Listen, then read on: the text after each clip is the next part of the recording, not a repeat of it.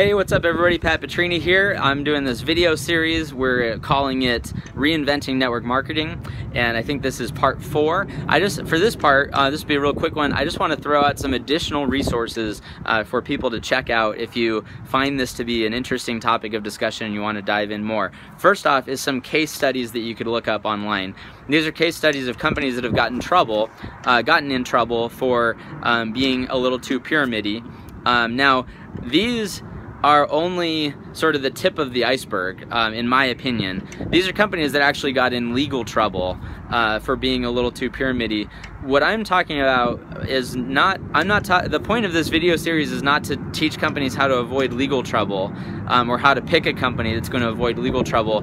I want to be way more conservative than that. I want to avoid instability. I want to avoid have the boom-bust cycle. It's not illegal to have the boom-bust cycle. It's just what tons of companies do because they, in my opinion, are structured in a marketer-centric model.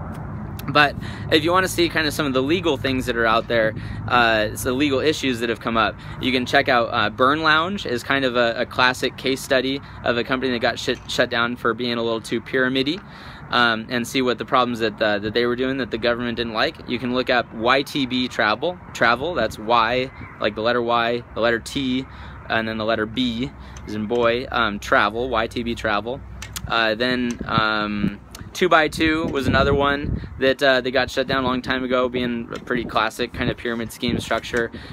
More recently, Vima just got a whole thing with the FTC, and I think that that's a really, really interesting one. That's one that's really sent ripple effects across the network marketing space because people were like, holy crap, if Vima is getting in trouble, like they were actually not even on the spectrum in a lot of people's minds. They were like one of the very non-pyramid-y ones in a lot of people's minds, but they still got in trouble from the FTC.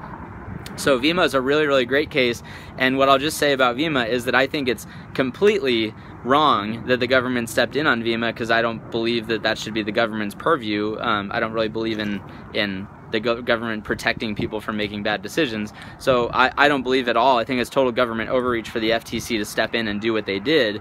But I will say I'm glad that that case has gotten so many people's attention because this issue that we're talking about in this video series is being discussed a lot more in boardrooms around the network marketing world right now because people are scared that if Vima could get in trouble, then they could get in trouble because Vima is one of the better companies out there in terms of these things, but in my opinion, according to the things we're talking about here, it still would have likely been considered to be a marketer-centric model.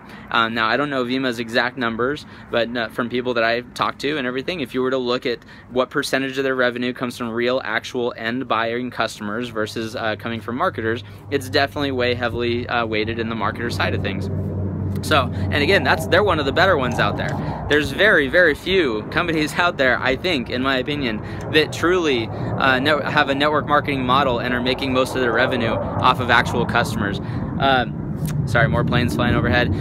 Last thing is that one of my favorite resources in the network marketing space, and this isn't the last video, I've still got some more stuff, I just wanted to do this little interlude with some other resources you could check out, is Kevin Thompson. He kind of calls himself the MLM attorney.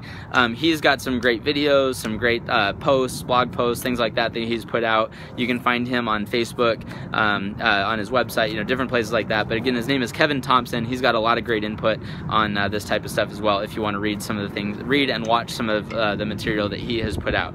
Okay, so with that said, on to the next video.